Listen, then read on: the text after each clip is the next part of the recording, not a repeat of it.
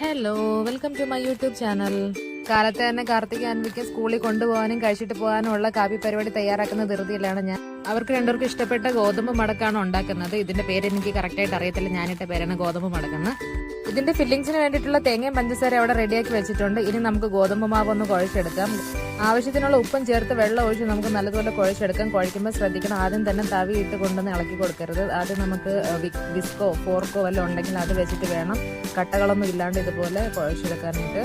പിന്നെ ഗോതമ്പ് ദോശ ഉണ്ടാക്കുമ്പോഴത്തേക്ക് ഒരുപാടൊന്നും വെള്ളം എടുത്ത് ഒഴിക്കരുത് മാവിനകത്ത്, പിന്നെ അല്ലെങ്കിൽ അതിനകത്ത് ഒട്ടിപ്പിടിച്ചിരിക്കും. പിന്നെ ഇളക്കി തിരിച്ചും ഇടാനൊക്കെ ഭയങ്കര പാടായിരിക്കും. അതുകൊണ്ട് തന്നെ നമുക്ക് കുറച്ച് കട്ടിക്ക് തന്നെ ഇവിടെ ഞാൻ കുഴച്ചെടുക്കുന്നുണ്ട്. രാവിലെ എണീക്കാൻ കുറച്ച് വൈകി പോയാലും കുഴപ്പമില്ല, എനിക്ക് ഈ എളുപ്പപ്പണിയാണ് ചെയ്യുന്നത്. ആകുമ്പോഴത്തേക്ക് പിള്ളേർക്കൊക്കെ ഇഷ്ടമാണ്, അവരത് കഴിക്കുകയും ചെയ്യും.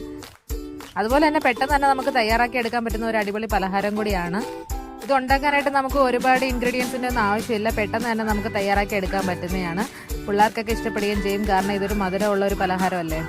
അടുത്ത ദോശ ഉണ്ടാക്കാനുള്ള തയ്യാറെടുപ്പിലാണ്. ഗ്യാസ് കത്തിച്ച് ഞാൻ പാൻ അങ്ങോട്ട് ചൂടാക്കാൻ വെച്ചു. പാൻ ചൂടാവുന്ന നേരത്തിന് ചായ ഇടാമെന്ന് വിചാരിച്ചു. പിള്ളേർക്കൊക്കെ രാവിലെ ഇഞ്ചി ചായ കുടിക്കാൻ ഭയങ്കര ഇഷ്ടമാണ്.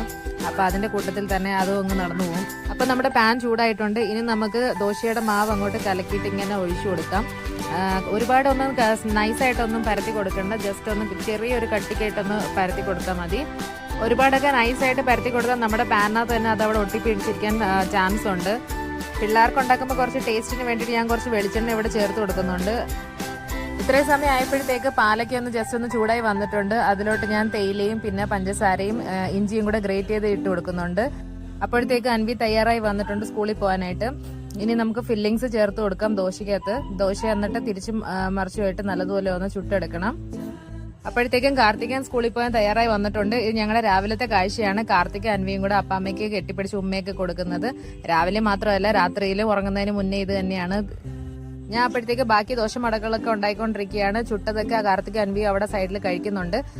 ആദ്യക്കുട്ടൻ ആ സമയത്ത് എണീച്ച് വന്നിട്ടുണ്ടായിരുന്നു. ചായ എന്നും പറഞ്ഞുകൊണ്ടാണ് അവൻ കിച്ചണിലോട്ടോട്ട് വരുന്നത്. പിന്നെ ഉണ്ടാക്കി വെച്ചിരിക്കുന്ന ദോശ പപ്പ കൊടുക്കുന്നുണ്ട് അവന്. അതിന്റെ കൂടെ തന്നെ കുറച്ച് ചായ ഇട്ടതും കൂടെ കൊടുക്കുന്നുണ്ട് സ്പൂണിനകത്തോട്ട് കോരി.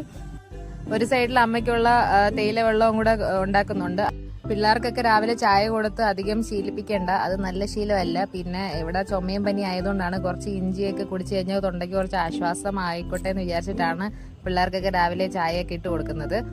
ഞാൻ കാര്യമായിട്ട് തന്നെ ബാക്കി ദോശകളൊക്കെ ചുട്ട് തള്ളി മറിക്കുന്നുണ്ട്, കാരണം അവർക്ക് കൊടുത്തയക്കാനുള്ളതും കൂടെ ഉണ്ടാക്കണമായിരുന്നു.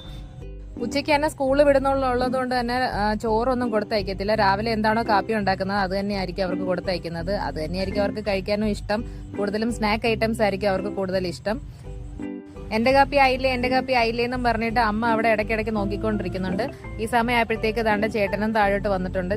ചേട്ടന് രാവിലെ മധുരത്തോട് വലിയ താല്പര്യമൊന്നും ഇല്ല, അല്ലെങ്കിൽ 2 ദോശ കഴിച്ചേനായിരുന്നു. രാവിലെ എന്തെങ്കിലും ഹെൽപ്പിന് വേണ്ടിയിട്ട് ചേട്ടനെ വന്ന് സഹായിക്കാറുണ്ട്. ഇന്ന് മധുരം ആയതുകൊണ്ട് ആ പരിസരത്തോട്ടേ വന്നില്ല ചേട്ടൻ.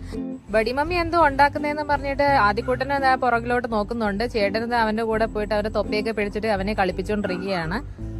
ഞാൻ അവിടെ കിച്ചന്റെ ഡ്രോ തുറന്നിട്ട് എന്തോ അവിടെ പരിശോധിച്ചുകൊണ്ടിരിക്കുകയാണ്. എന്തുവായിരുന്നു തപ്പിക്കൊണ്ടിരുന്നത്? പഞ്ചസാരയായിരുന്നു അവിടെ തപ്പിക്കൊണ്ടിരുന്നത്. അമ്മയുടെ കട്ടന് വേണ്ടിയിട്ടുള്ള പഞ്ചസാരയായിരുന്നു അത്.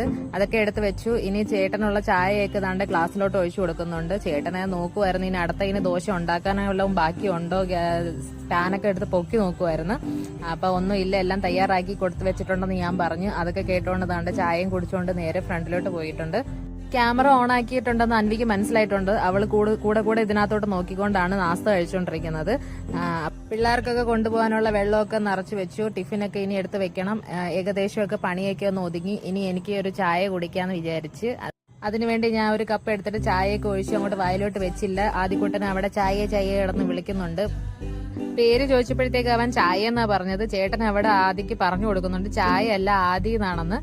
വീണ്ടും ഞാൻ പരതൽ തുടങ്ങി. ഡ്രോ തുറന്നിട്ട് പഞ്ചസാരയുടെ ഇത് തീർന്നുപോയി. അതൊക്കെ ഇട്ട് വെച്ച് ഇനി ഞങ്ങൾ നേരെ സ്കൂളിലോട്ട് പോവാണ്. ഇന്ന് സ്കൂളിൽ പോകാനായിട്ട് ആദിക്കുട്ടനും വരുന്നുണ്ട് കൂടെ, കാർത്തിക് അൻവിനെ കൊണ്ടുവിടാനായിട്ട്. ഫോട്ടോയ്ക്ക് പോസ്റ്റ് ചെയ്യുക, വീഡിയോ എടുക്കാനും ഒക്കെ ആദിക്ക് ഭയങ്കര ഇഷ്ടമാണ്. അതാണ്ട് മടിയിൽ ഒരു ട്രെയും വെച്ച് കൊടുത്തിട്ടുണ്ട്. കാർത്തിക് അൻവിയും പുറകെ ഇരുന്ന് ചായ കുടിക്കുന്നുണ്ട്. ട്രെയിലാകുമ്പോഴത്തേക്ക് അവരുടെ ഡ്രസ്സിലൊന്നും വീഴത്തില്ല, അതവിടെ സേഫ് ആയിട്ടിരുന്നോളും. ആദ്യകൂട്ടം തന്നെ കോട്ടുവയൊക്കെ ഇട്ടിട്ടുണ്ട്. ഞങ്ങൾ നേരെ സ്കൂളിലോട്ട് പോവുകയാണ്. വണ്ടിയിൽ അടിപൊളി പാട്ടൊക്കെ കേട്ടിട്ട് എൻജോയ് ചെയ്തിട്ട് ഞങ്ങൾ അങ്ങനെ പോവുകയാണ്. ചേട്ടൻ അങ്ങോട്ട് നോക്കി ചിരിച്ചിട്ടുണ്ട്, എന്ത് പറ്റിയെന്തോ.